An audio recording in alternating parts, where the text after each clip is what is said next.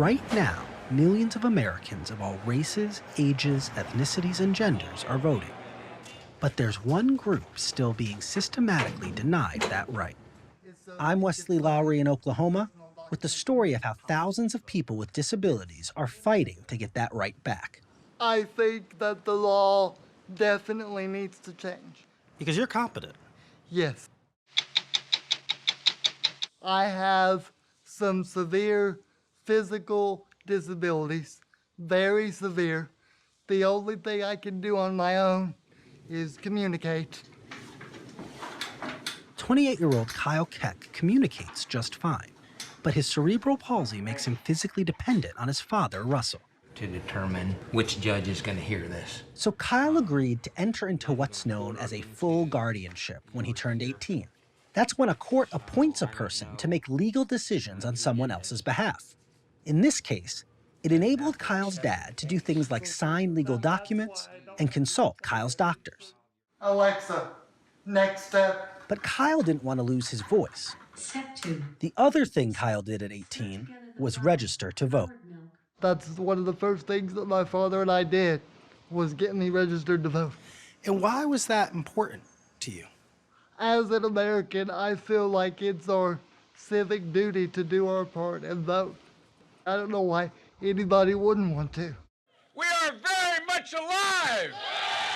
On March 3rd, when the presidential primaries reached Super Tuesday, Kyle headed to the polls and discovered something he hadn't known in his decade of voting. When you showed up to vote, what happened? We went up to the table to check in like you do. Can I have your name?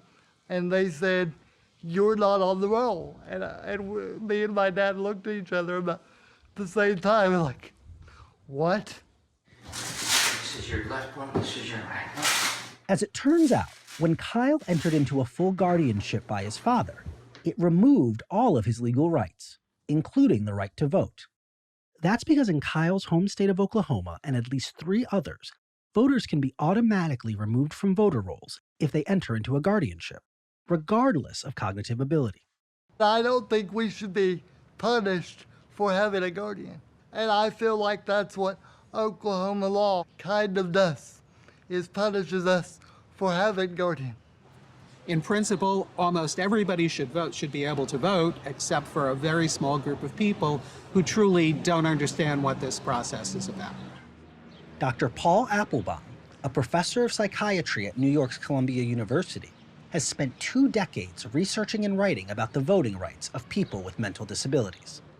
Is this conversation about mental capacity, is this downstream of any of our historic debates around voting access? Well, we've had restrictions from the beginning of this country on who had the franchise. We got rid of sex requirements.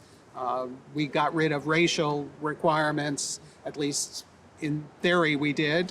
So these are one of the last groups of people who still face impediments to the franchise. Yeah, in a systematic way, yes. 39 states restrict the voting rights of anyone deemed mentally incompetent.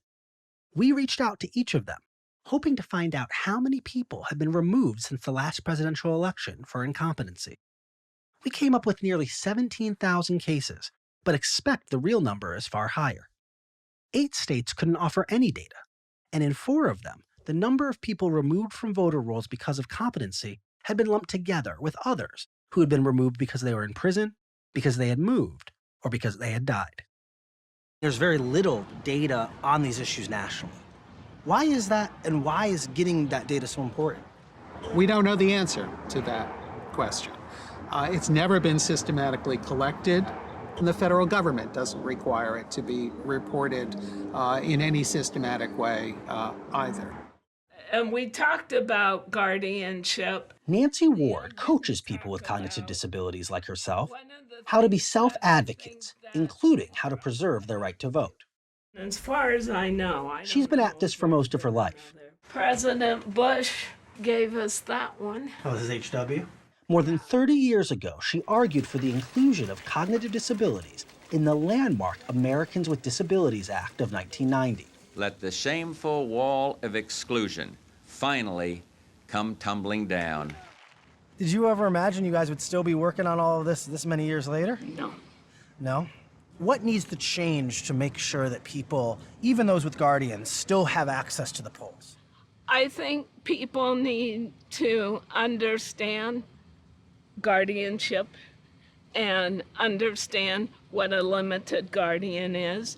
I don't think people necessarily want to control their family member's life.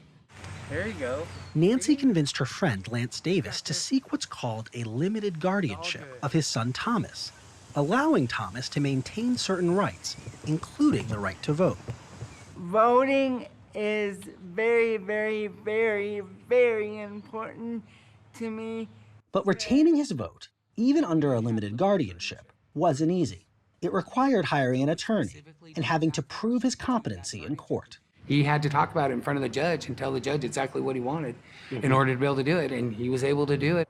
And so, Thomas, you told the judge that you wanted your parents to be able to help you, but you still wanted to make sure you had your right to vote. Yes. Thomas has pressed his state legislators to revisit voting restrictions for those with cognitive disabilities, going as far as using his wheelchair as a barricade at the state capitol, forcing elected officials to talk to him. Voting is a right, and that's a right that he refuses to give up, and it's a right that he believes in. That's what democracy is all about. But loosening mental competency laws has not gained much widespread support in Oklahoma or across the U.S. And the measure passes. That's not to say there hasn't been victories.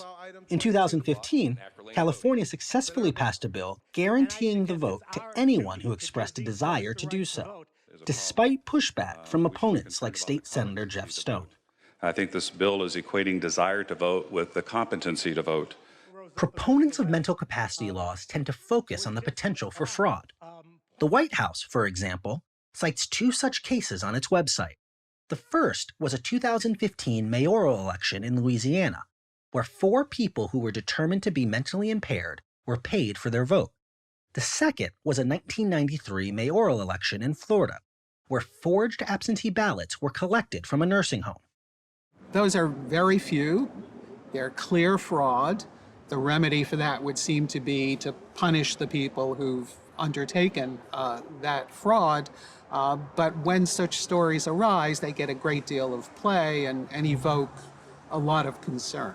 Still parts of Europe. As much as Kyle Keck hoped to vote this November, he's now fighting for something bigger, a change to Oklahoma's guardianship laws that would guarantee people like him have access to the ballot box.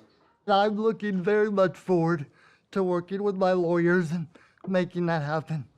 Are you optimistic about this fight that you're in now? Yes, I know I'll win. The good Lord's on my side, so he's never let me down before, and he's not gonna start now.